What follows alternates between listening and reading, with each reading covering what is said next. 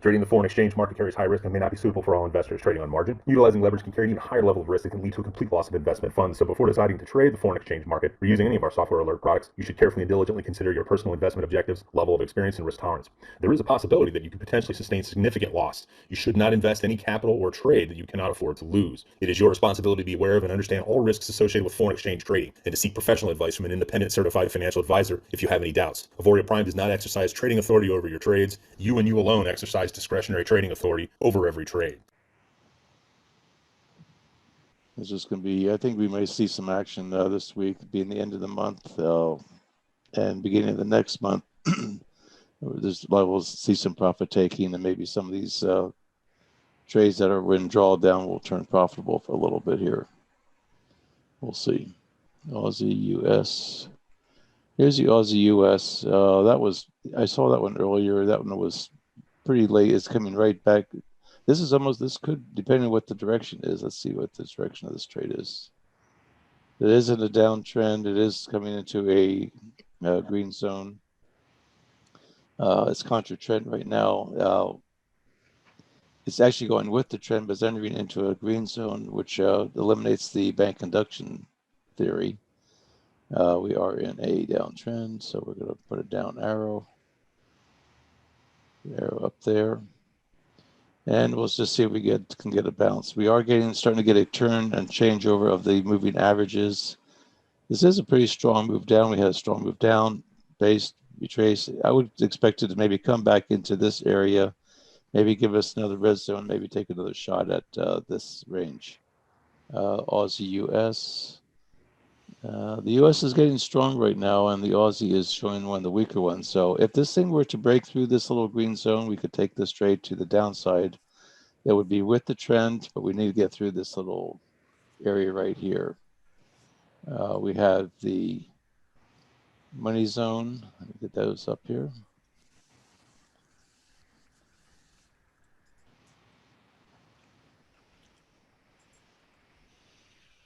There's the money zone. Yesterday's money zone was in this area here, and we are starting to get a break of the yesterday's money zone with this little move right here. This could be a trap, so we have to be careful with that.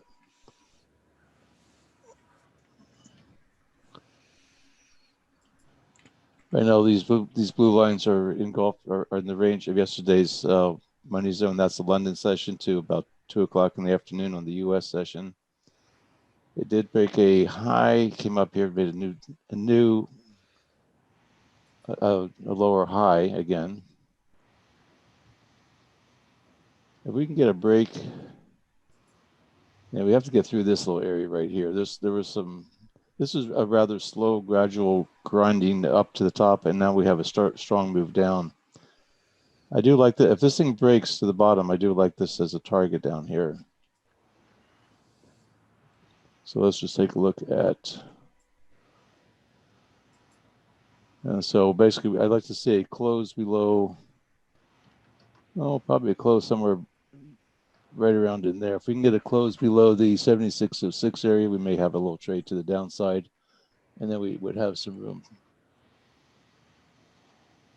And then we can get our 20 pips to the next green zone.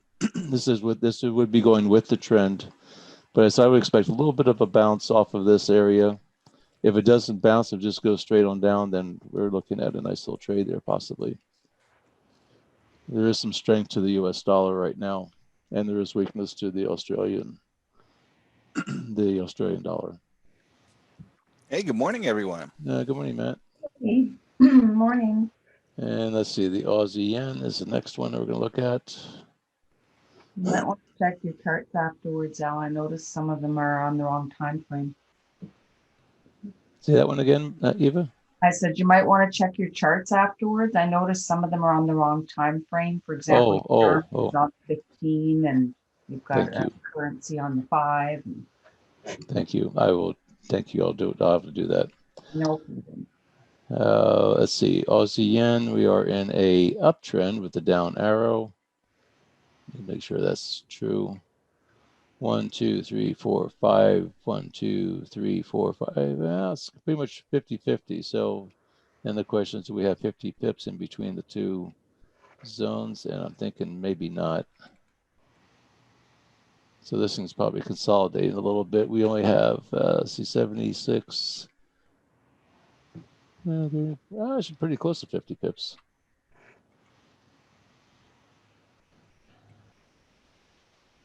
Uh, 42 pips in between, down arrow. This could be a possible trade here. I'm going to take this one. All this one was to get that one off out of the way, since I can't really monitor it too much right now.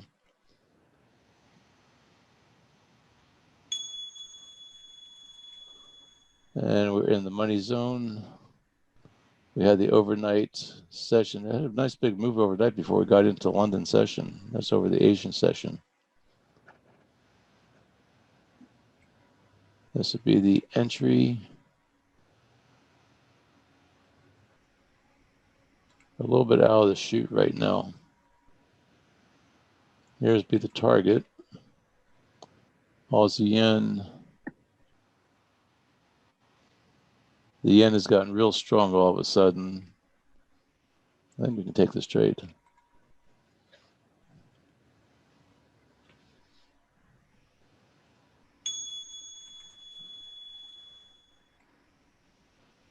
I'm going to go for 10 pips on this one.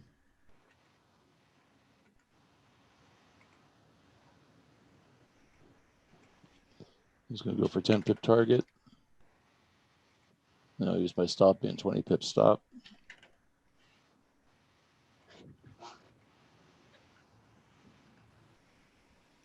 So what was it that you saw that that made you want to jump into this one, even though it was equal zones? Was there I like the the candles? I like the break? candles. Well, one I like this was a sharp move down. It had one small little candle and started moving back down again.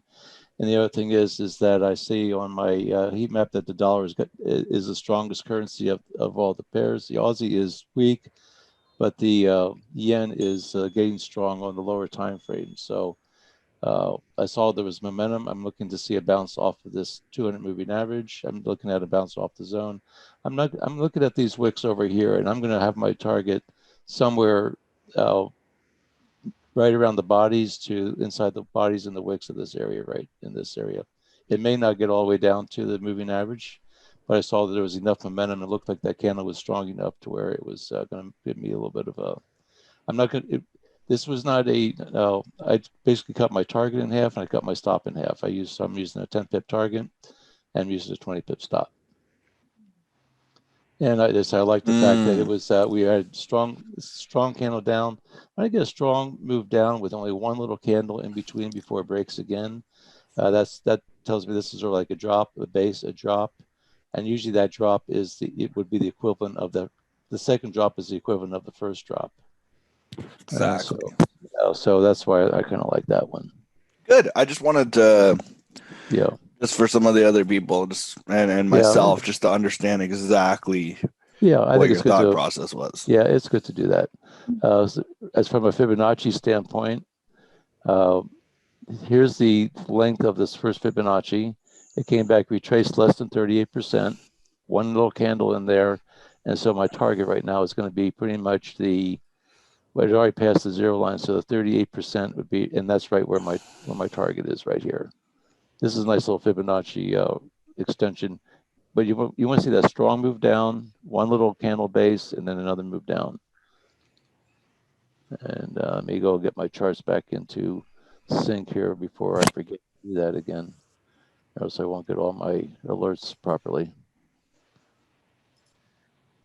I did not put I didn't reset my VPS because I have too many open trades on other platforms that I didn't want to take the chance of messing up those trades. So I'm going to wait till this weekend to. No, that makes sense. Take the trades. So anybody who has the new Arrow dashboard, and if one, I'd like to know if it's working for everybody, so we can kind of keep an eye on that, and then you can give me some calls of what alerts you're getting on that dashboard. Mm-hmm.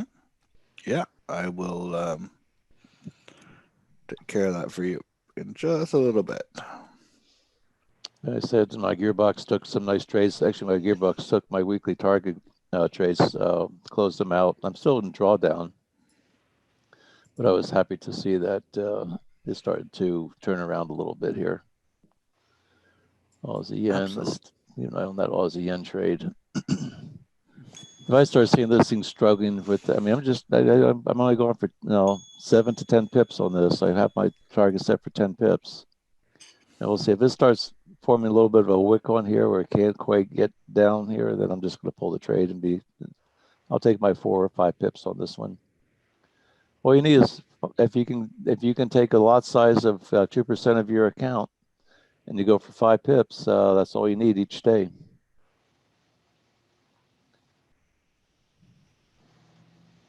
Don't let a winning trade turn into a losing trade. I do suspect it's probably going to run into a little bit of a problem over in this area. We had a little bit of a nice rejection. Here's a little doji, right? This candle right here is a doji. Long wick down. Buyers and sellers came up. They started off, and then they end up equal, and then it took off. So right here is where the buyers took over. You probably move this thing up just a little bit higher here. You see where, and remember, it's got to get through the spreads, the length of the spread, which right now we're looking at about 1 pip spread. So it's got to get through my target plus a pip or 2 pips to be able to get the fill.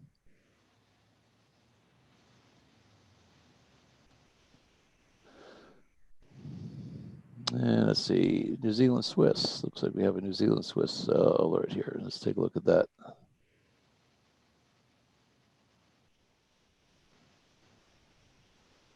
And we're going to scroll out, see what the trend is. It looks like we are in a downtrend, continuing a downtrend. Plus we have another zone lower. So it's making new lows, new lower zones. We're in a downtrend. Scroll out a little bit one more time.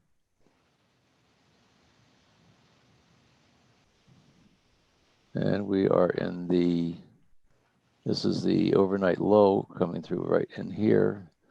This was yesterday's money zone. It was right up, and this was the top of yesterday's money zone. It did break so it is made a higher zone this morning, and it is somewhat in a downtrend. Let's see, what is this one going to do? We're having to bounce off of the moving average. This moving average is relatively flat. We do have some downward pressure off of this. This was the better entry here. This was probably where the entry was.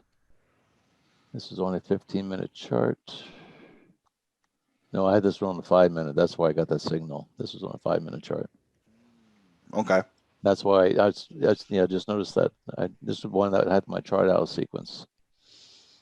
So this is this was a 5-minute alert, but let's put this back on a 15-minute chart. What if we zoom out? Did you have a chance to zoom out and see what well, it's in a downtrend. I get it. It is in a downtrend. So it is with the trend, but I have this moving average still kind of pointing in the upward direction. It may bounce off of that, but it's going to be like a little springboard, like a little diving board. It's going to bounce off of that, come back up. And right now we're kind of in a little bit of a zone right here. I'm going to be looking at this money zone from yesterday. I'm going to be looking at the money zone down here from yesterday. This is the range from yesterday. It did break up. This was kind of like a little bit, this could possibly be a trap for the fact that we did make a newer, I think we did lower this. This is a new zone. This zone was up here yesterday.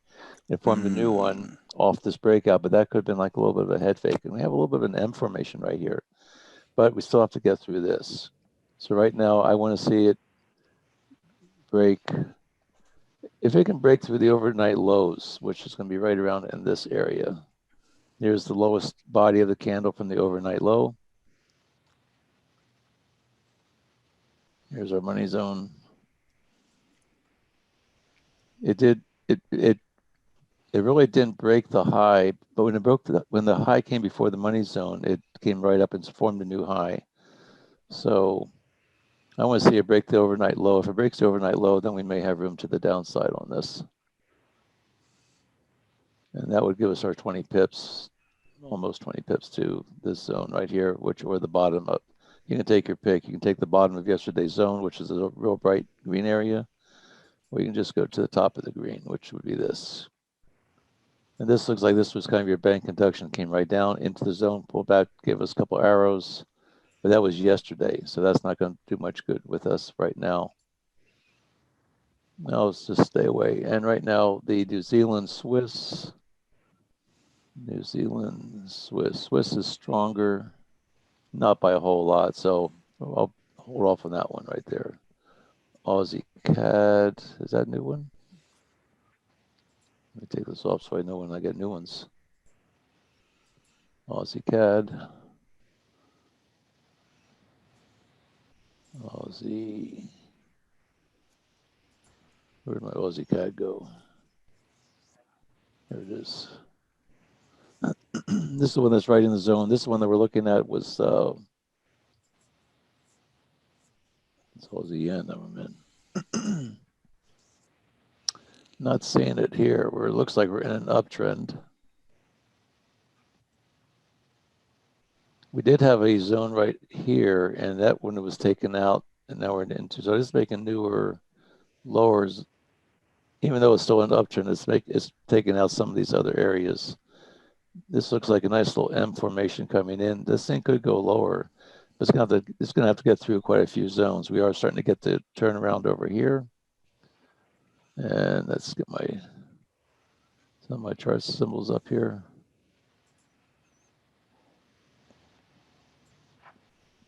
There's the money zone. And yeah, this may start turning around here a little bit. But it's got an awful lot of zones to get through to get anywhere. So I like to see these zones get evened out a little bit more. It may start plowing through some of these, but right now it's still in an uptrend.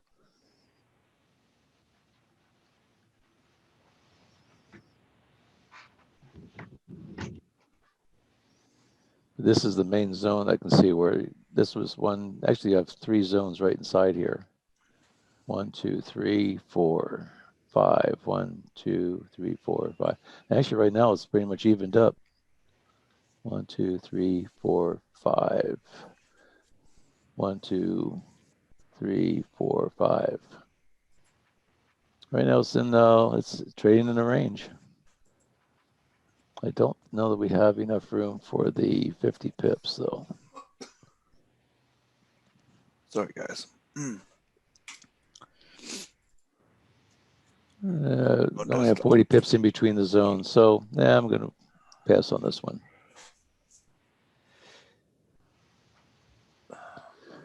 And let's see, anything else anybody has in their repertoire there that they want to take a look at? You know, I got a couple of things here, if you wouldn't mind having a look at. It's the Kiwi CAD. Kiwi CAD? Yeah, I've got 3 of them here. I've been talking to Pepper, and he's kind of in deep drawdown on Gearbox, and he has been for a couple of months, I think he said. So I told him there's a law I'd have you look at them to see what your thoughts are. Kiwi CAD. Let's take a look at that on the trading view. Since we're talking Gearbox, that's a little bit longer term that we're looking at. We don't have anything here right now. Let me get my other chart up. Kiwi CAD.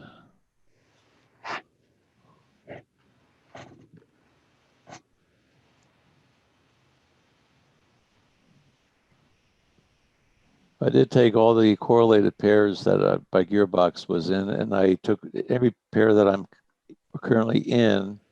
I made sure I took the correlated pair that wasn't in the trade off the chart, so it doesn't take any correlated pairs until I get out of this drawdown. Here's a Kiwi CAD. Let's look at it on a daily basis.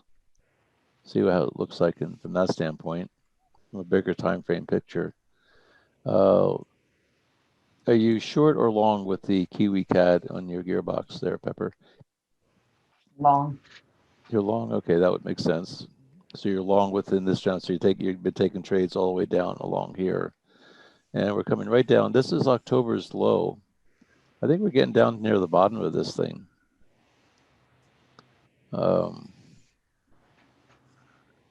Let's see if we draw a trend line from here. This was, yeah, see, we're coming right into the third hit of this trend line. From all the way back in August, this is October. From a big picture standpoint, this is where we're at right now. It did breach through here. I would expect we're going to get somewhat of a bounce. We had three little moves down here. Here's 1, big 2, 3, 4, 5. Probably get a little bit of a retracement back into this zone, I would expect. This is a strong move down, basing, strong move down, hit the trend line. I would expect it to come back up and retest this zone right in here. This is all from a daily standpoint. This would be this is kind of like a retest area of this zone right in there.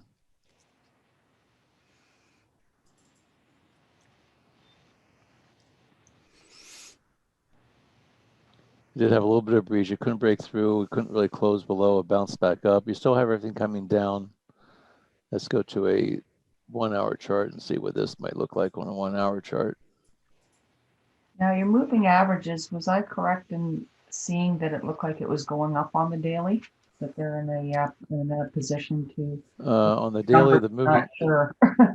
the moving averages are going down on the daily. This is the 62. This is the daily 62 exponential moving average. Yellow one's a 13. The blue one is the 30. And then the green ones are 5. So we have a 5. Here's the 30. There's a 15. Now they're still pointing down, but the fact it bounced off of this is a major trend line right here. So, I mean, it could still come down and retest this area, but we're talking all the way back in October. Yeah, that's a really big move. That's a move that that currency pair doesn't usually move in such an explosive way. And this is still all the Biden effect type of stuff here. But if you look over at these candles right here, you have the move down, and this came rocket up, came back and retested. Here's really where the retest of the up move from this move here came all the way up, came back down, retested, and then it took off. So right now the sellers are somewhere right around in this area, where the buyers are right back. There's still some buyers hanging around in here. That's why this thing's bouncing right off of that. And you can see that pretty much aligns with right where your trend line is. So could it go lower? Sure, it could. Could it bounce off of this? I would say that's as equal, if not a better possibility. The fact that you've got some major areas right here that this took off. I mean, this thing went from this area to up here. I mean, we're talking what? 560 pips. Am I reading that right? Yeah, 556 pips. That's a huge move. And again, it's pretty much a lot of it all stems from the election and all that. The CAD is strong, but the CAD's going to, I mean, a lot of the strength of the CAD, I expect the CAD's going to start weakening a little bit just for some profit taking. And also they're starting to get a little bit of heat from all this cutting off the oil supplies. And I mean, we've got states that are starting to complain about it, and there's some pressure to get that pipeline back opened up again. So I'm not sure that's going to do any good with being with the pressure, but I think the CAD's going to start weakening a little. And there was a strong move down, and it's going to have to give up a little bit someplace along the way. Being the end of the month, I would not be surprised to see it come up and retest this 89.15 area. We'll see. That's all I can say about that. What about the U.S. Swiss? The U.S. Swiss, U.S. Swiss. Daily chart. Let me get all this stuff off of here.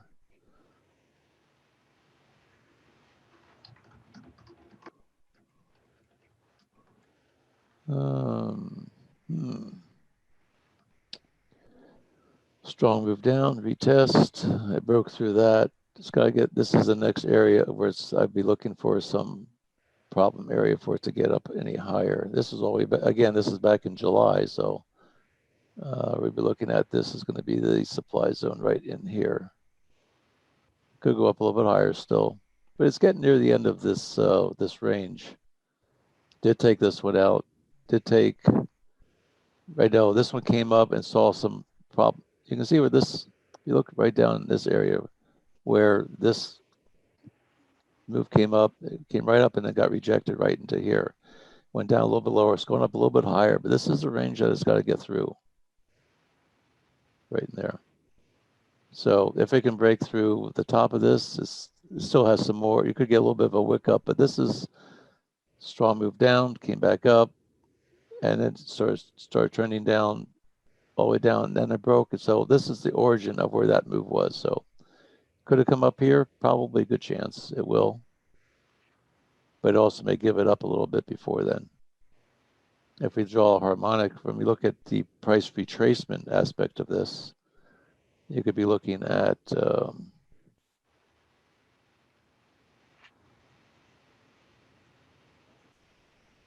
strong move down. This is in the retracement of this right now. We're already at 86% of the retracement from this X to A. We're already at 86%. And generally by that time, you're going to start looking at, I'll be looking at the B, maybe the area here, maybe it might come up and retest it like that, and then it would probably fall down. But I think that right now it's going to struggle to get much higher than that before it's going to give another retracement back down. This was for the first head fake. We had this, there's your B, here's your C, and here's your D, which is all the way up here. This is at the 86%. And then it would fall down. Then I would be looking at this thing coming back down to somewhere around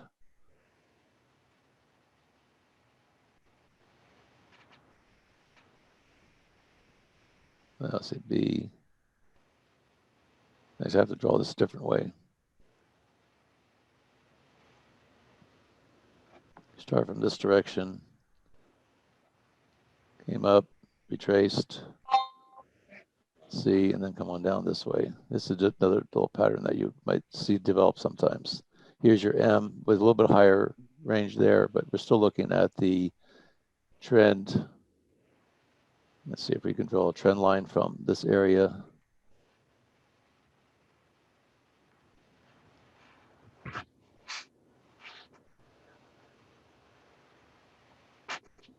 Let's see where this thing stops. See if we can find the trend line from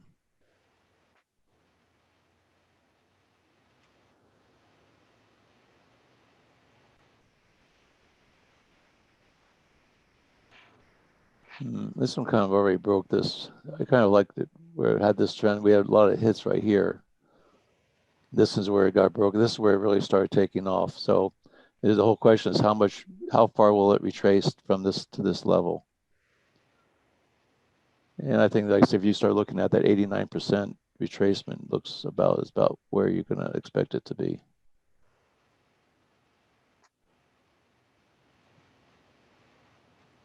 This is a huge, huge move. This is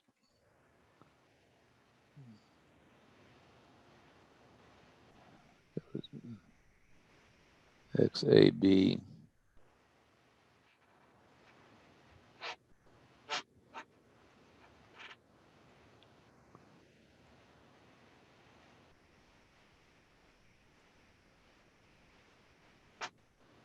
And so I usually like seeing about 76 to somewhere 75 to 89%. I mean, it could go up quite a bit higher, but I don't know. That just seems, I just don't think it's going to get quite that high. Not without another retracement. But every time it makes a new high, look over here and see where it left. Here was the last area where it really left over here.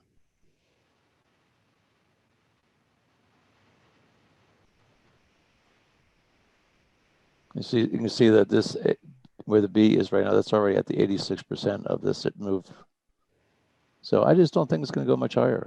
I just know. My crystal ball's a little foggy on this one, but I mean, in fact, we're looking at last July. We're almost a year away from where this high was. I would it'd be expecting it to start giving it up a little bit. That's my analysis on that one. A higher time frame. For Pepper, the CAD Swiss. CAD Swiss. Keep an eye, make sure we don't miss any of these alerts while we're doing this. CAD Swiss. That's the one that blew right out of there. CAD Swiss is a non-mover usually. Yeah, I've got some. I think I'm in my. I think I might be in this one in my. Yeah, I am in this one in my. It's actually I took a little bit of a long on that last night in my manual trading. I took a little bit of a long on that just to safeguard me over the night. I'm thinking this one's going to go up a little. I think it's just about ready to give it up. It's almost the same picture on this one as the other one, where we have strong move up.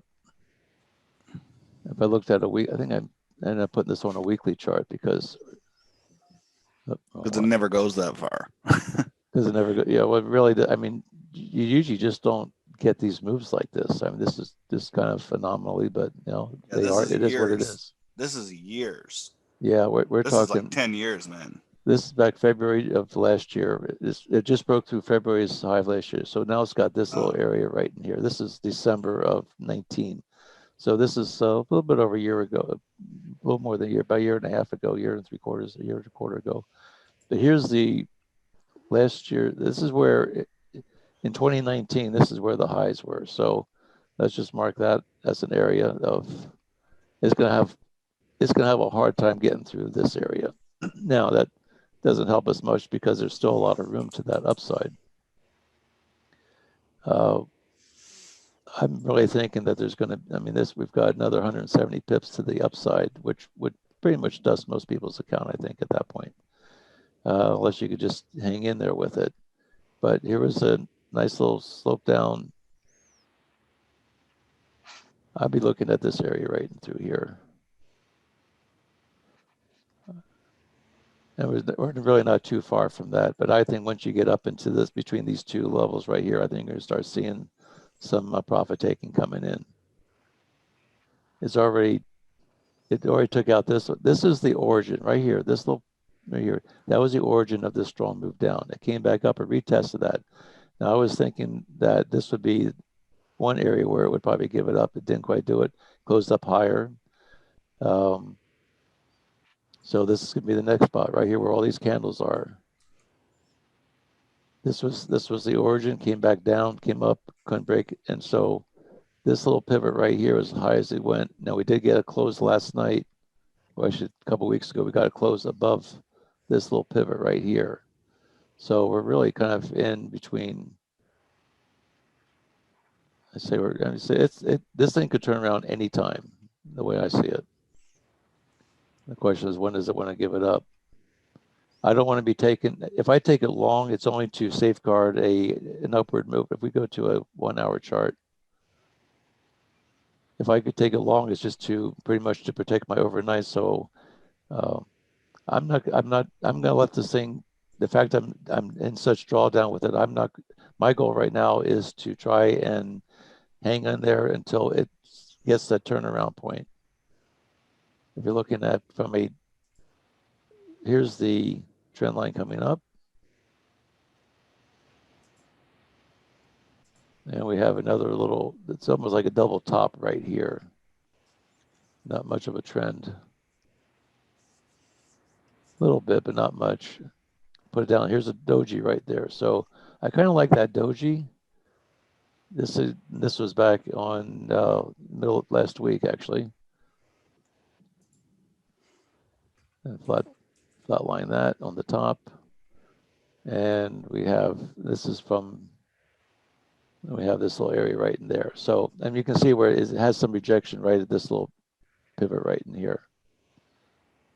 Now, is it going to break the bottom of this? I have no idea, but I'd like to think eventually it's going to.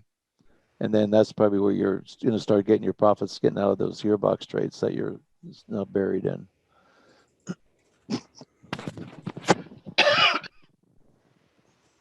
Pardon me. So I think it's getting near the end of the run. It's near the end of the month. It's near the end of the quarter. I think there's going to be some profit taking. We just don't know exactly when. But even like from last night, you can see it's actually retraced a little bit. It gave up 27 pips. I'd be looking at maybe taking another position short up at this area rather than try and take a long to hedge it. If I hedge, it's only because I'm doing it overnight, so it doesn't get, maybe take the stop off and put a hedge on. That way it stabilizes that trade. Then whichever one's profitable, when you wake up in the morning, take it off and stick that in the bank and press on for the rest of the day. That's what I do. Pepper says thank you. Okay. Yeah, some of those gearbox trades they're kind of annoying. That's for sure. Aussie Yeah, yen. Let's take a especially look when at you that. get into correlated pairs that are Yeah. like 3 correlated pairs, right? When they're highly Yeah. correlated, and then so there's a work in progress. Yeah. So here's what we're doing with some of that. Let me get my correlation chart up here. Yeah, that's what I did too there, Alice. I went through and I said, anything that's heavily correlated, I'm getting rid of. Yeah. So I'm gonna just keep one of them. Yeah. So here's the correlation chart that you can get with my FX book, and we'll take a look and see what the news is too. But if you look in the correlation, if you're in, say, like you're in the CAD Swiss, and you want to find the currencies with correlation higher than I like using 85%. So if you use 85% correlation, then what you can do is you can look at your CAD Swiss and say, okay, the Aussie yen is 88% correlated. If you're in a CAD Swiss trade and you're in Gearbox, and what I did, I removed the Aussie yen pair, as long as I wasn't in it already. If I was in it, I'm just going to have to suck it up and hang in there. I looked at the euro yen. If I wasn't in the trade with the euro yen, I pulled that off the charts. I just X'd out of it, so it wouldn't take the trade. And so all the pairs that you're deep in drawdown, look at this chart and see, make sure that it doesn't take another pair that's correlated with it. So anything that's correlated, I removed it from the chart. So all these that are in green, 96% correlate, 92, 89, 88. And you can do that with no matter what you're doing. Try not to get into pairs that are correlated. The good news is that if they are correlated and it takes 2 trades and it doesn't go in deep drawdown, you accelerate your profits. The bad news is when you're in drawdown, now you've got double the whammy on the drawdown. So, and you can just do this yourself and just go through and see what pairs am I already traded, and just make sure that even with the arrow, if you're looking at, if you're in a CAD yen trade and the arrow gives you an alert for Aussie yen, don't take it, or just take it off the chart until you get out of that and then put it back on again and see which one hits. But this little chart really works pretty well to give you some idea which pairs are correlated, and some are negatively correlated. In other words, if the you see, let's see, where was that one? I saw negatively correlated here. CAD yen. Here's the CAD yen. When the CAD yen goes up, the US CAD goes down. So that would be in an opposite direction. That could probably be just about as bad, I guess. But anyway, that's another thing to be looking at, to pay attention to. Let's see, where's the news here?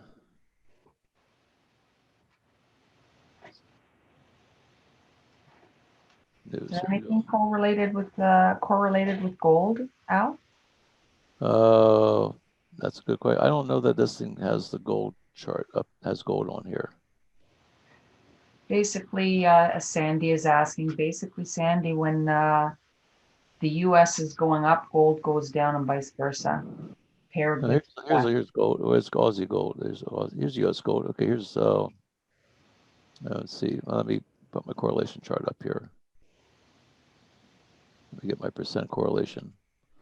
It's not like using anything over 85% is probably something worth, and maybe even want to go even lower than that. Let's see, gold. Here's gold. So right now, yeah, nothing really correlated here with the gold on the US. There's some negative correlation with some of the pairs. And negative correlation, what does that mean exactly? That means basically if gold goes up, it goes down. Okay. If it's positive correlation, that means if it goes up, the other one goes up as well. Okay. But I'm not really seeing anything I've found crypto seems to relate with gold. If crypto goes up, gold tends to go down.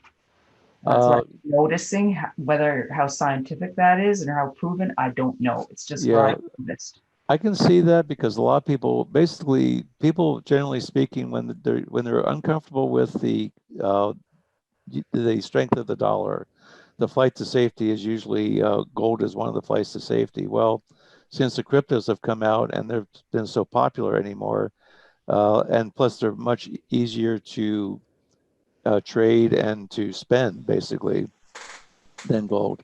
You take a piece of gold out, not everybody has. Plus uh, you can take a piece of gold out, go to a coin dealer, sell your gold, and then buy something. With the cryptos, they're pretty well known, accepted in the world markets anymore. Whether the governments like it or not, they've proven to be somewhat acceptable, and it's a nice means of trade. And you can with people doing so much Venmos and they trade money anyway. It's kind of it's an easy way for people to safeguard their cash or to use other currencies, i.e., the cryptos, to safeguard their wealth and also to be able to easily spend it through digital transfer. So I think the cryptos have actually taken over a lot of the popularity that used to be gold, just Yeah, because it's easier to transfer and to purchase items. I mean, you can go to Amazon. I think you can go to Amazon now and you can buy your product in Bitcoin or something like that. and PayPal Tesla too. PayPal's using Bitcoin now for the transfers. Yeah, also for Tesla. Mhm. Elon Musk apparently is Yeah, going to be or is already accepting Bitcoin for yeah. buying So vehicles. that you can start seeing more. The governments don't like that because they're losing control of their printing of their currencies, which everybody does, and that's one reason why we're in the mess we're in now right now. So people are finding a way, and the thing is, it's a way for. I always said that third world countries will accept cryptos sooner than the U.S. will, mainly because we are the reserve currency still. I'm not sure for how long. As long as we were the reserve currency, uh, we didn't really care so much. But when you get into some of these third world countries where there's dictators that confiscate people's wealth and they're able to hide it and spend it and do trade through crypto, they've been using cryptos for uh, much longer than what the U.S. Uh, population is. But it's coming. We're starting Yeah, to see that.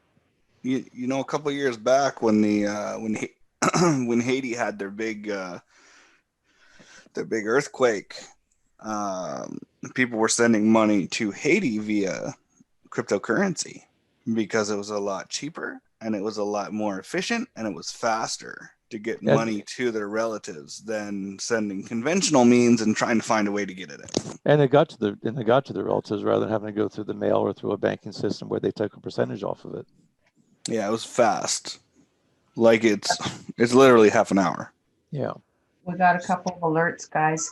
Yep. Once we get these alerts, maybe if we can have a look at the gold for Sandy, she's in a long in big drawdown. So Okay. Oh, So let's take a look at the euro. Hold that thought, Eva. Don't let me forget yeah, about it. But let's take a look at these alerts first. okay, Eurocat's no good. You're in a strong downtrend and you got an Okay. up arrow, but you'd look for a potential. If you get a other arrow in the opposite direction, I would definitely be in there all day. All right. what's Right that? at the top of the money zone.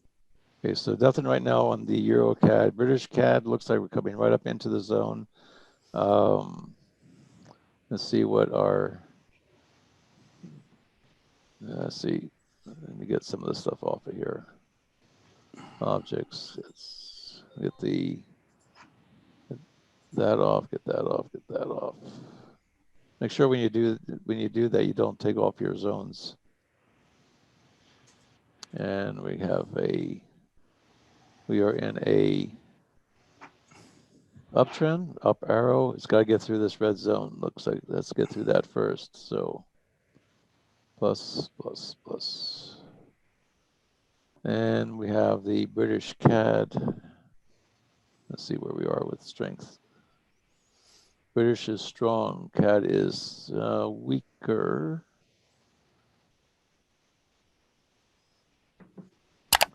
I see. I need to get through this zone first. I do like the fact that moving average is not quite, all our moving averages are not quite in the right direction. Strong, it's been consolidating right in this area, but it could very well break through the top, and we could, if it can break through the top, we got a nice little run up to the top here.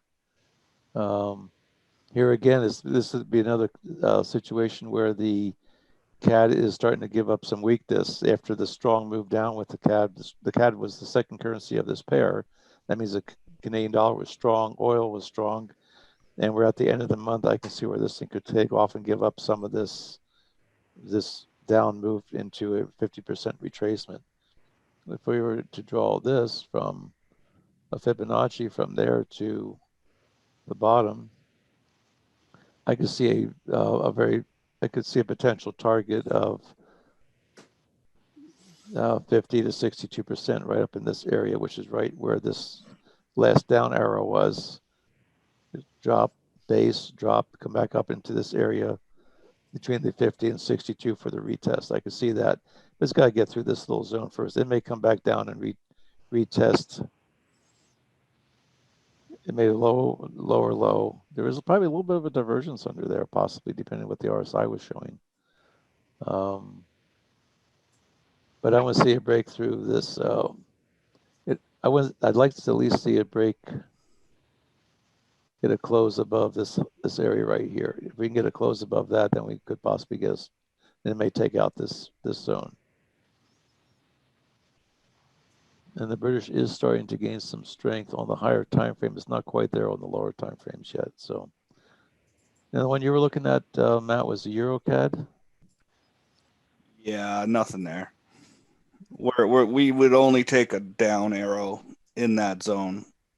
Like we're too close to the zone and we're counter trend, so we're not doing it. Okay, so we have a down arrow.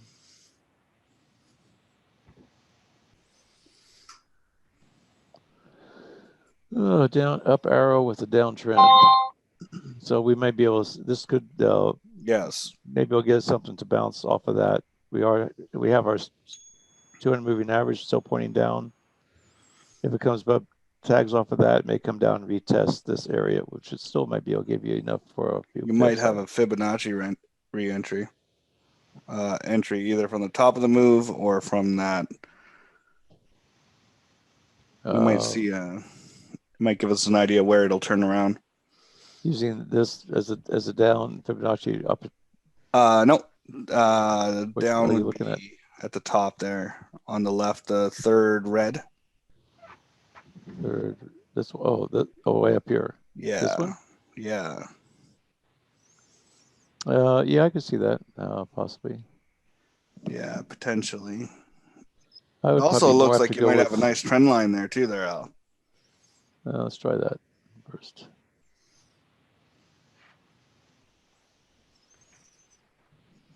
That's already broken through the trend. Oh, it did, eh? No, it looks like it did. Here's an anchor. Here's a hit. Here's a hit. I can't tell with that arrow there. There's a hit, and it broke through that, coming on up to retest. This could be. That means it's got some room to the top side. If it broke that trend line, it's got room to the top. EuroCAD, Euro's kind of strong today. Actually, I'm seeing some weakness in the Canadian dollar today, which would probably make most of us happy to see that. Yeah, this is the trend. I think that's probably a fair trend line. I can't tell with that arrow. Let me see if I can see it a little bit better. Yeah, we can use that. I'd say it's pretty close. Here's some hits, broke through that, but this could be a trap right up in here too. So no trade yet on that one. I love how Arrow makes it so easy to just analyze. You know, there's no guessing. It's not. We probably do more analyzing than what I mean, we're trying to analyze some way. We're trying to analyze our way into some of these trades, or at least see Right. if we can get something.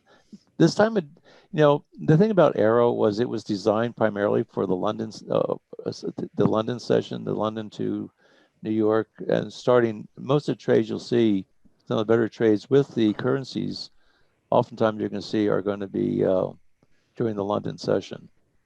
We've expanded through the whole money zone time, but if you look at it, if you look at a lot of these charts, you'll see that when they have the breakout of the overnight session into the London session, that's where a lot of your better trades are. And that's one reason why we've sort of expanded into some cryptos and currencies and indexes and everything else, trying to find out when some of these trades may give us a little bit of an opportunity to. But the British pound is a key player in a lot of these moves. Now we're looking at gold. So what was the question about gold? Where's gold? Sandy's in a buy, and she's in huge drawdown. So we wanted to see what will your crystal ball tell us? What's my crystal ball going to say about gold? Yeah, my crystal ball's been pretty foggy these last few days. The only good thing I can say is that crypto is going up. So if it's related like I think it may be, then gold may be coming back down again. But that's not what you want to hear. It's been to the higher timing. I mean, I think gold is, gold hit its all-time high last July. That was, and it's been kind of retracing a little bit ever since. I mean, to see gold get back down to the 1,500 level would not totally surprise me. In fact, that's kind of where it went from the last time when it hit the high of 1,900. This was back in around 2008 or 9, I guess it was, when it did that. Then it went all the way back down. It stabilized right around 1,500, and then it dropped all the way down to 1,100, and then from 1,100 it soared right back up to 21, 2,200. So having said all that, that's not what you want to hear, but we are it's still somewhat in an uptrend, but it is. I mean, here was the high. This was the high back in August of last year. Here's where it launched from the highs of 1450, but it was bounced around a long time. You can see where it was just hanging out right around in this area before it took off back in last June, July. So this is going to be the point where it's probably going to respect to come back to. And so here's where the launch came.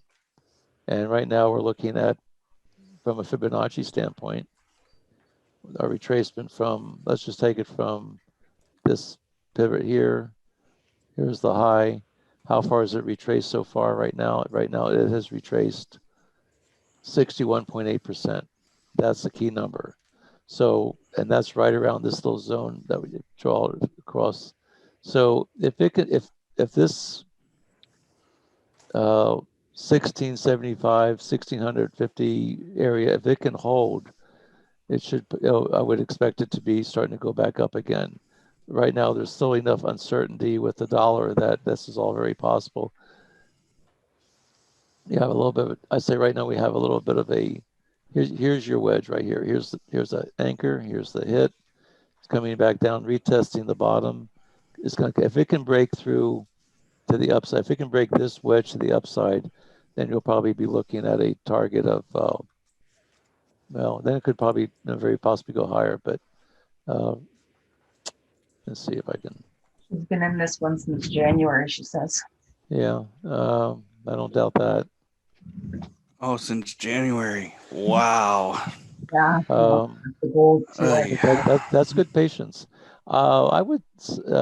Where did you get in? What's the price? What's your average price? I asked her that. She hasn't responded yet. Okay. Well, I would expect you may get a retest of. I think you're going to get a retest of this upper wedge. Now, how far down it's going to go? I think right now it's probably pretty much in a good area where it's going to be looking up, turning around here. I think this is probably a fair, because if you look at, here's a rally base. So here's this is a rally. Here's the base. and it came all the way up to 123% of that of this move. So this was a stronger move up. It's coming back down to retest this area right in here, which is where it is right now. Oh. 1940. Wow. It hurt. 1940. Well, is any consolation to you? I bought some gold when it would hit 1900. It came back to 1500. I bought some gold at 1500. It went all the way back down to 11. It took me about eight. It only took me about 8 years, but after 8 years, I was able to get out of it with 2100. So I don't think she wants to hear that. so You got 8 years, Sandy, to wait for this. so I was gonna say is patience can pay off. I know that's not what you want to hear, but that is in fact the reality of what gold can do for you. So where's 1940 on there? Is that 1940 is right up in. I'll be right about at let's see, the 1917, right about at these little candles right here. It came right up, tagged it, and then it took off. And then, I mean, I think that's. I mean, I don't know. It's not a good situation. I mean, you've been in it for a long time, and I mean, I'm not happy to see gold going down quite this low either. I think what's happening right now is the cryptos. If it wasn't for cryptos being around and being so well accepted, I think gold would be up a little bit higher right now. But people they're flocking more towards cryptos than they are to the gold for safety. And I think that's why you're seeing the decline in this. I don't see it getting down much below the where it is right now. I really don't. And a lot depends on how much money they keep pumping into the system. Right now they're still driving this. That's what happened the last time, is that the quantitative easing, they just kept pumping money into the markets. The banks kept driving the stock market up higher and higher. And so people say, well, heck, why should we be buying gold if the stock market is still going up, because they're pumping money into it? And that's what hurt gold the last time. That's pretty much what's holding it now. It's all this quantitative easing, all this money they're throwing into the markets. I do have a question for Sandy, though. Sandy, have you got a take profit set in case it kind of wicks up into it? It could take you out while you're sleeping or not paying attention. Have you said anything yet?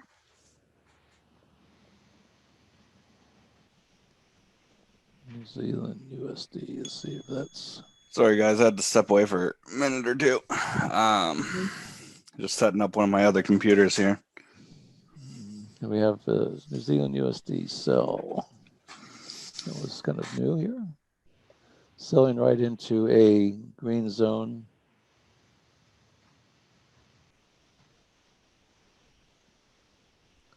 Looks like we're in a downtrend. We slide this arrow over a little bit. Move this back over. We're still in the downtrend. No new zones to the upside.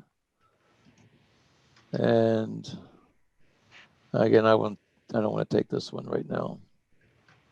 Let's see how our Aussie yen's doing. Let's see if there's anything we should be doing differently about that one. That one was a little bit of an aggressive move for me on my part.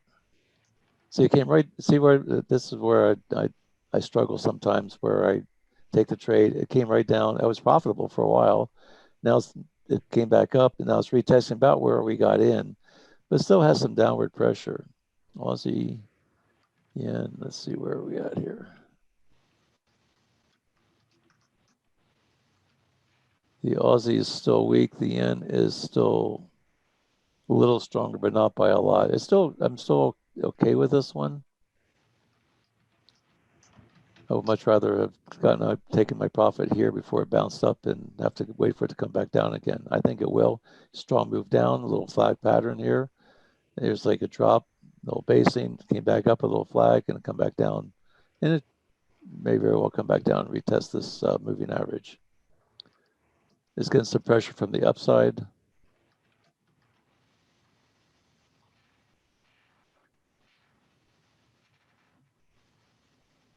So this looks like this could be a nice little. It may come back a little bit harder on me here, possibly, but I still think it's going to have to get through this. My stop is above this moving average, so I'm still okay with this trade. Just have to be a little bit more patient. It came back down, got pretty close to my target. Now I'm right back to about where now I'm at 4 pips with the spread, about break even. I could almost move my target down a little bit lower now. In fact, it has this bounce off of that. Good chance it's come down and retest this moving average. Nice retracement, 38% retracement. And so that'd be the zero right here is where I missed my target. This would be the first target on this. This is a Fibonacci retracement. It came back down, pulled back 38%. Target 1, target 2 would be down here. So I can actually move my second target down to the 38. It puts me just below this moving average. And we'll see what happens. It'll either hit it or it won't.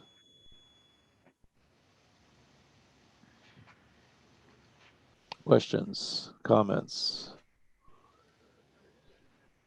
concerns?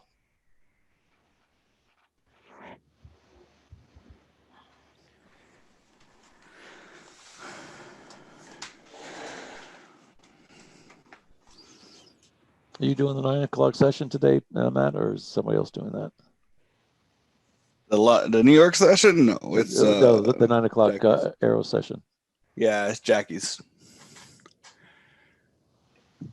That's right, Jackie's on Tuesday. Yeah, Jackie's on Tuesday. I've started work again, so I've got to. Oh, you got some other chores to do.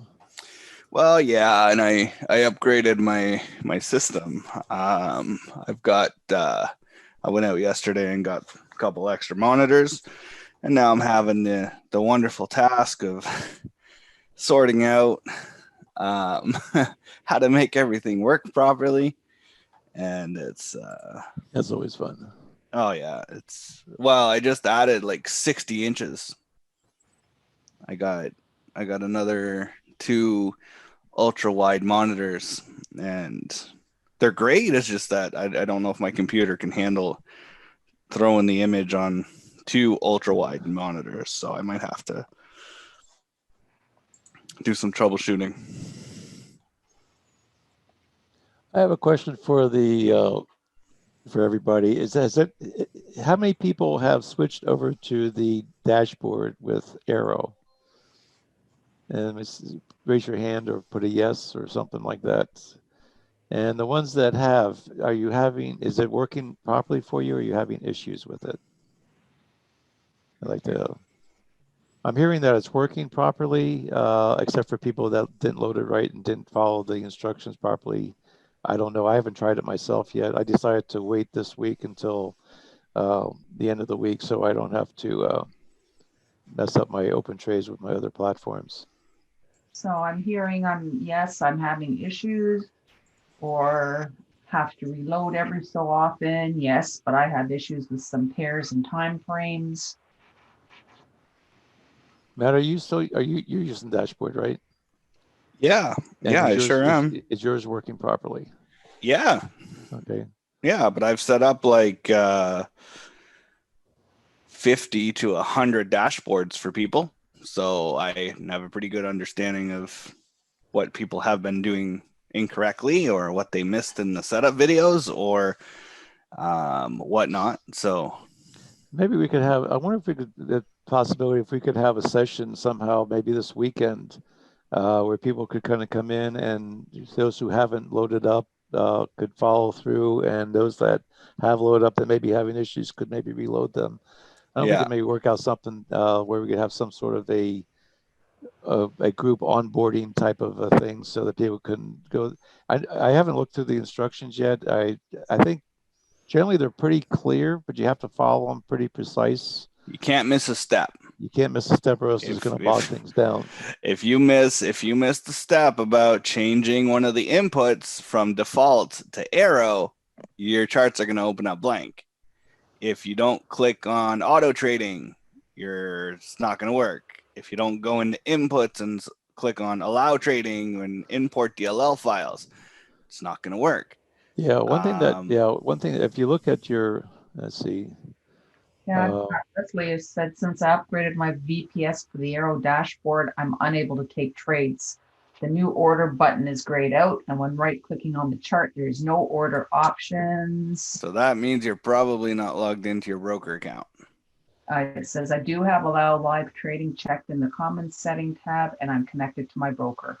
And do you have allow DLL imports checked on your Commons tab? That would be another one that usually gets a lot of people. And when you load these things up, if you go to your to the indicator, and I'm not sure what with the dashboard. Dashboard's an expert advisor, so that's another factor as well. But if you go to your edit and make sure that when you go to check to make sure you have the right version, check your common tab and make sure the DLL imports is checked. That's one that oftentimes people will miss. I don't know if it's defaulted or not. And then I'm not sure about the other part here. And then with the expert advisor, it's the same type of thing. If you go to an expert advisor, let's say you go to like Gearbox, and you go to right click on expert advisor properties, make sure again on the common tab, make sure it says allow live trading, make sure these are checked. Those will get you every time. And make sure that when you load it up, that if you have a manager that's loading it, then make sure that you've got that set. If it's not taking trades, that's usually one of the common problems, is those boxes aren't checked. Oh, and then you have, okay, I'm getting error on some time frames. For example, pound Kiwi M30 works good, but same pair M15 arrow won't load up. Then it's very tough to get it, but you can work it out. However, as a long-time user, once you get it, you have to still keep your tabs open anyway, because all your charting markups, etc., will disappear if you just keep the dash open and the alerts aren't lining up. I do understand with the new dashboard that when you click, every time you click on the dashboard and you pull up the chart, it basically reloads the chart. So any template that you had on that chart will go away. That could be a factor with using the new dashboard. And also, anytime you make any changes, so say you load your stuff, everything looks good. All of a sudden, you say, "No, this is not what I want to do. I want to run. I don't know. I want to add gold and I want to add crypto."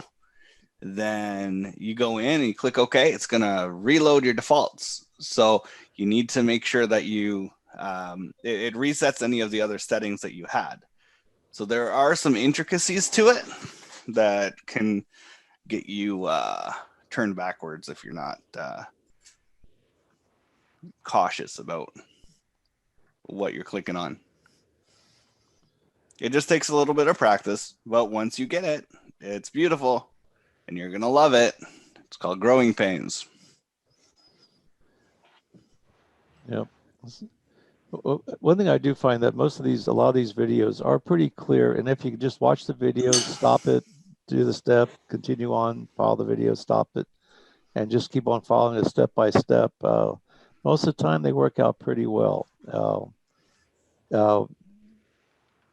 Many times, many of us, myself included, when it comes to doing a project or looking at putting something together, I can do this, and you go through it and you find out that if you just read the instructions, you'd find out you save yourself a lot of trouble. Usually the instructions have a pretty good clue what to do. Usually. There's some hints in there. Nate is a master when it comes to putting things to an elementary level, to kind of like take it down to the lowest common denominator. That is one thing that Nate excels at. So to think that he wouldn't do that in a training video you'd be highly mistaken. Every specific detail is in that video. A lot of people miss certain aspects of it though. But the video I missed it. I missed a part of it too the first time. The video is in the Arrow announcements. I didn't see it in the back office. So maybe. So it's in the Arrow announcements chat. It's in the Arrow bag chat multiple times, probably like 50 times at this point. Yeah. So those of you who don't have the Telegram, this is probably we was talking to Arrow. Here's my Telegram. The Arrow bag chat. This is where it has some of the videos on it. And then Arrow announcements. I think this is the other place where you'll find it. Mm-hmm. And if you don't have these links, you should be able to get those. When you went through the setup with Arrow, there was a link in the setups on how to join these Telegram channels. And that's where you're going to find a lot of the information that you need to do is you can find it in these, like I say, you can find that in the back office under with the setup. When you set up Arrow, one of those tabs for the setup is to join the Telegram link. There's a little tab that says join, you click on it, and then it puts this into your Telegram channel, and then you have all this information. The only problem you run into sometimes, like with the Arrow back chat, you'll find out you've got thousands of chats in here because this one that everybody can put comments and things in. But you Yeah, also find out this is where you'll find some of the problems, where some of the problems that people have, where they can know people how to solve those problems. Yep, there's a lot of troubleshooting that goes on in there, especially since the release, because it is different and it's expected to be. We expected there to be challenges in setting it up because it's very different.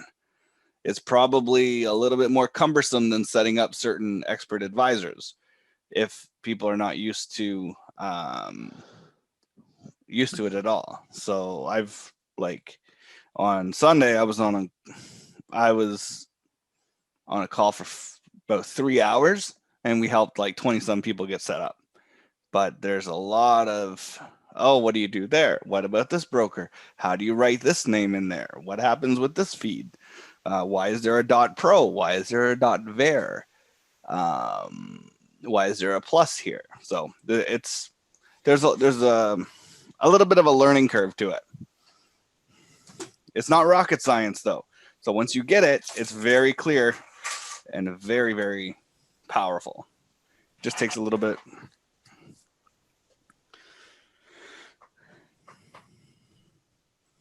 All right, guys, I have to apologize. I just got thrown out of the internet. So if anybody just in the last couple of minutes put something in the chat or the Q&A that they wanted to address, can you please re-enter it so I can have access to it? I can look at it and see. I'm not seeing anything. It doesn't leave. I think we're good there, Eva. Pardon me? I think I'm seeing the question answer box, and I'm not seeing anything. Nothing. Okay, because once I come back in, it's as if it's a brand new date. Yeah. Everything's been erased for me. So the zone disappeared on the British CAD 15 minute long. The zone. Oh, there, and I was just about to address it. And let's take a look at the British. Let's take a look at the British CAD here. We may have a trade possibly. British CAD. The zone disappeared. Okay, there was a zone right in here. We had a British CAD trade. That was the. Yep, possibly. Let's see that zone. It broke through the zone, came back in. Here was the entry right here. Are we in an uptrend? We are in an uptrend. I think we can take this trade. What do you think, Matt? There was a zone here. Went through the zone that came back up. Popped through, took the zone out. GCAD. British CAD. British is stronger than the CAD. Yeah, I think we can take this one. On the 15. British CAD. Let me go see real quick. British. Let me get my other chart up here. Holy smokes, this is big. Okay, sorry, I'd never expanded my screen the whole side of my new monitor, so my eyes just got. We're going to do we have lots of room to the upside. Looks like. Oh, this is good. Yeah, this was a good one. I think this one's this is good. Even from a price structure perspective, you're at the top of the money zone. You got 4 green, nice red there at the top. I don't see why not. I mean, we're a little bit out of the chute, so I wouldn't go for the full pippage, but I'd probably go half. What I like about this one is we had the alert right here. It came in, it took that zone out, came back, retraced it. And this is sort of like a little bit of a where it popped up, came back, and it's probably where the retrace of a breakout of a wedge. Let me see if there's a wedge here. Had a little bit of a wedge on this one. Here's a trend line.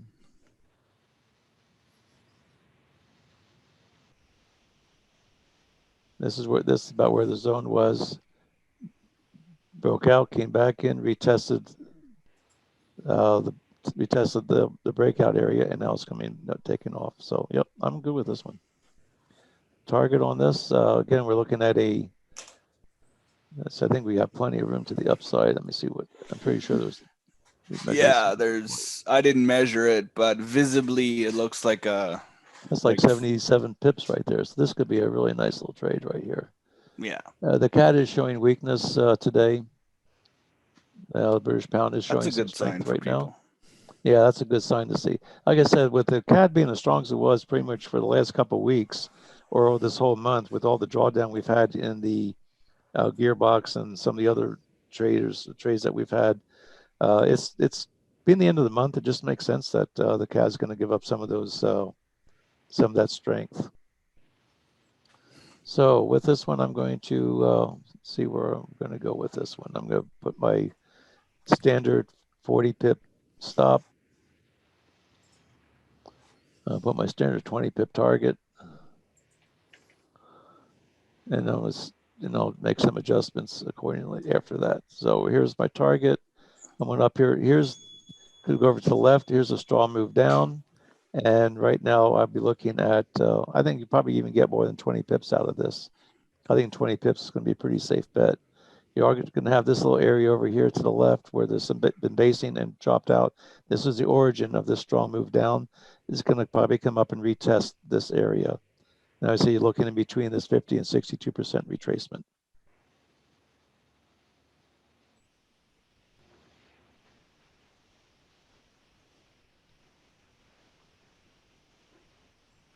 And let's see here.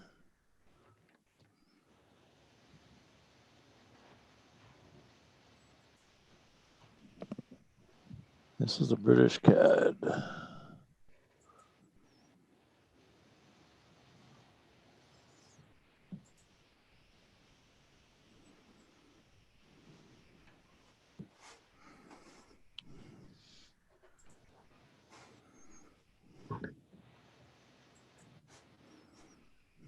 And I'll take this off, wait for the next alert.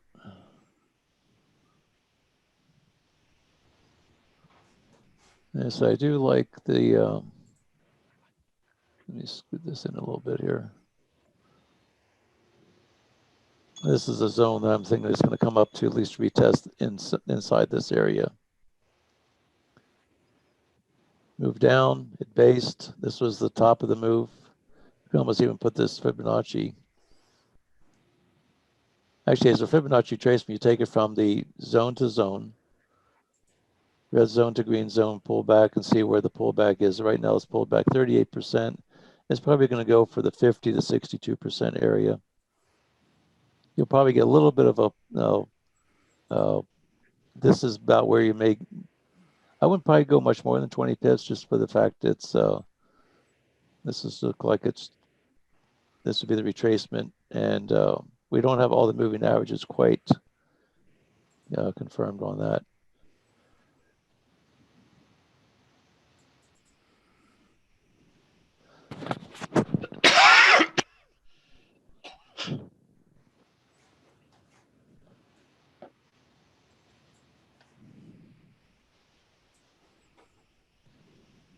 This looks like this could be a drop, base drop, and then a retest of this area right in here.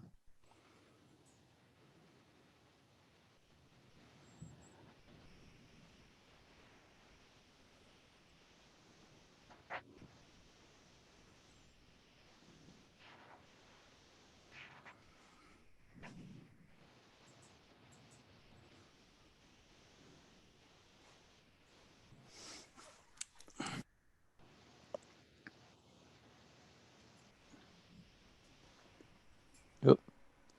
Turn my mic back on. Yeah, that was a good call, knowing that we know that zone was penetrated, and I think this has a good potential. There's also a trend line coming in from up here. Here's the high. Here's the first, and see how this trend line works. Here's an anchor, and the hit's right about there. Now, it did penetrate that trend line as well. Anchor. Here's the hit. Here's the hit. Penetrated.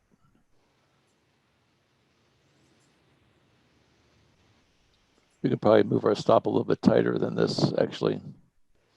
But I'll keep it at the 40 pips.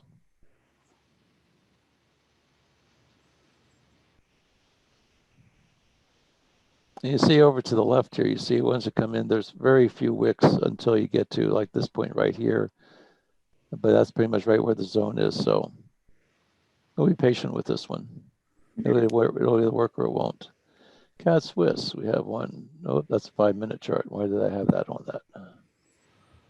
Cat Swiss, 5-minute.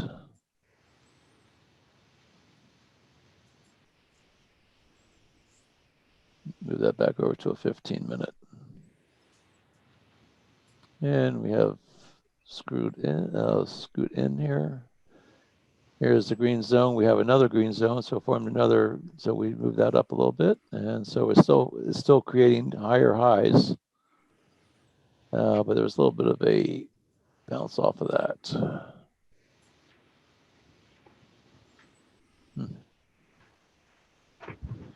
We are in an uptrend.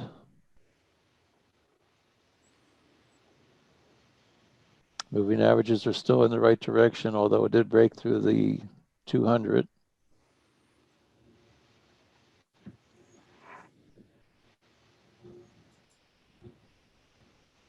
It broke through the high of the money zone earlier this morning.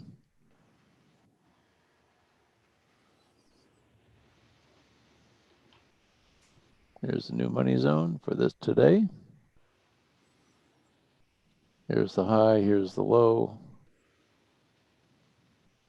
Let's see if it breaks through the overnight low. So here's the basing of the overnight lows right here. Here's the money zone. We'll see if this thing can break to the downside. If this breaks to the downside, we might actually have a trade from basically a breakout of the money zone range. Now this, it did break out to the upside earlier today. So that pretty much was maybe the move that we'd be counting on with that. It broke here and that was a nice little move. Again, you have been up at 2 o'clock in the morning to be able to catch that. This is why I say that a lot of times the moves at nighttime when the London session opens, that's where a lot of your big moves are. That's a 22 pip move. Broke through the overnight range, overnight high and low, hit the money zone, broke out, came back, retested, got your 20 pips. Now we're looking to see if it's going to break through the bottom of this. I'm not quite so sure that it's going to on this one. This looks more like a Fibonacci retracement area. Here's the zone. Come on up, draw the Fibonacci's. Zone to zone. Comes back in, crosses over the arrow moving average, comes back down. Now we're going to see what this, right now it retraced back to 79% of this move. That's a little deeper than I prefer to have, but we'll see if it gives us what kind of a formation it gives us in the next three candles. We have, here's the pivot low. We have to wait for this candle to close and have the next candle close and see where it takes us. With that, then that might give us our pivot low at the 79%. Then it may come on up to retest the upper 25% here.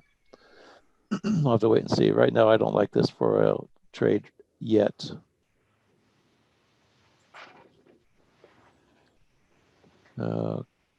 See, we could take this one off.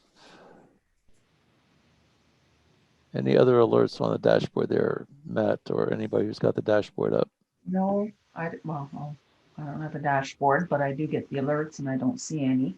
Okay. Just a second here. I'm gonna whip it I have out. a question for you. And actually, we're in about 4 minutes from Jackie's session, so we're about ready to wrap this one up. Yes, sir. Can I ask you a question? We have one question left in the Q&A. Okay, we know what it is. Let's see. Okay, I've heard that when you see a wick longer than the body, like what shows on the pound CAD, back 13 candles and then 15, there's a strong possibility the retracement will be just beyond that wick. Do you have feelings on this theory? Then with this, let me read that one again. I've heard it.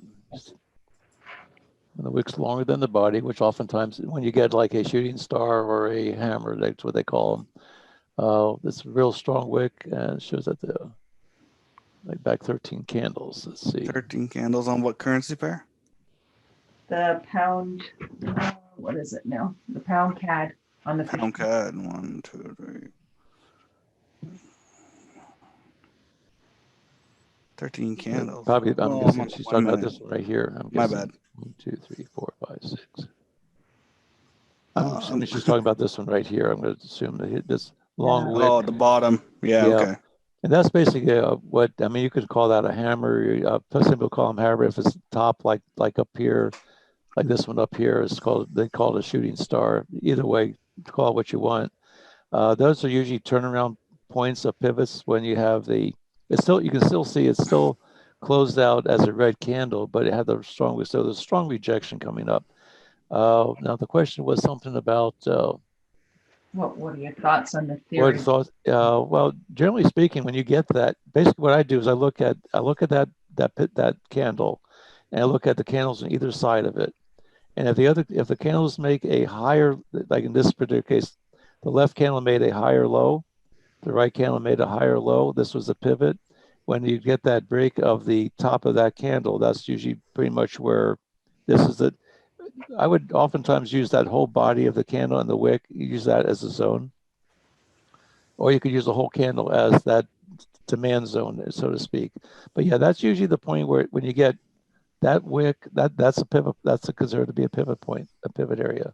And that's usually a significant sign that the price is about to turn around and go back up the other direction. Now you're starting to get another one kind of up here. But you see how you have these last two candles, the tops are almost the same. That's considered like a double top. So that would also be a strong, it came up, rejected, came up, rejected again. That's a double rejection right there. That's a kind of a turnaround point before to see where this thing may actually come back down and retest this area.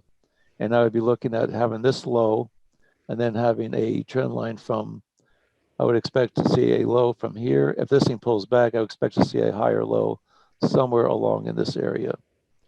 Here's the anchor, here's the hit, you had rejection. I would see a double top come back down. Now, if this thing comes back down, breaks this, comes back, retests this trend line, it could very well be going lower.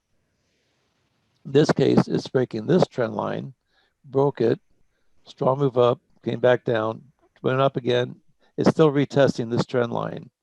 And now the question is, will this trend line hold for it to go to the upside? And if I'm looking British CAD, British CAD. Hawkeye, just so you know. There's no, let's do one more and then we got to go so that we don't take away from Jackie's session here. This one still looks like it's got room to the upside though, but it's kind of iffy right now to me. And XRP, oh, that's Ripple. 9 o'clock, It's yeah, it's not. We're not even gonna go with Ripple here. So we're gonna close this up.